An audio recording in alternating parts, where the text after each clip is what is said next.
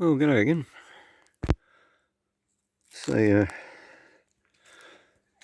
video for all the people believing greenie lies, and for those who can see the truth through it. Okay, we're out in the forest in Tasmania, and I was here beginning of last winter, and we got rained out. We got bogged majorly. It took us like 2 hours to get out of here because it started pouring down rain, and there was water just flowing down the track. And anyway, so it's only been a year since I was here last time.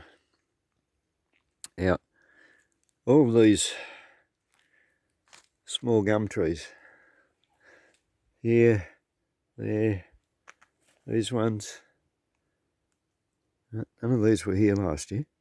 Last year I drove straight through here, no obstacles. So this is less than a year old. Well, the bigger ones you see, this was harvested, I don't know the exact time, but going on when it was released as a firewood area. And the amount of wood rot in the wood that's on the ground, it can take a fairly educated guess. And so all of this growth, all of these trees you can see here, will be around 5-year-old. They'd be possibly a little more, but less than 10. That's a definite. They're definitely less than 10 years old, because if this was harvested 10 years ago, all this wood that's on the ground would have completely rotted away by now. But Tasmania gets a lot of rain, and anything lying on the ground rots away real quick. You got a lot of big meat ants and things that dwell inside them, and all sorts of bugs and everything else. So wood lying on the ground doesn't last any more than a few years. So it's pretty easy to take an estimated guess, a calculated guess, educated guess, whatever. So just another quick one, like, there's areas around the world that are dry and infertile, and if you were to cut the forest down, it might never grow back. And Tasmania, totally different story. Okay, trees go really quick. None of this was planted. None of these trees were planted. They've just grown by themselves, grown from the seeds that were already on the ground. And so that's the thing with harvesting too. All of these young trees that you can see, 5 to 10-year-old trees, if the older trees weren't harvested, they wouldn't have grown, or they wouldn't have grown yet, because they wouldn't have been getting sunlight to germinate the seeds. Sunlight and fire plays a big part in gum trees too. The seeds like to be cooked.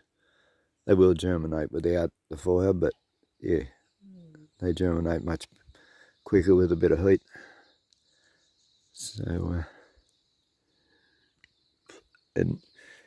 as far as like producing the oxygen, taking carbon out of the atmosphere, not that I believe in all the carbon hoax, but young vigorous trees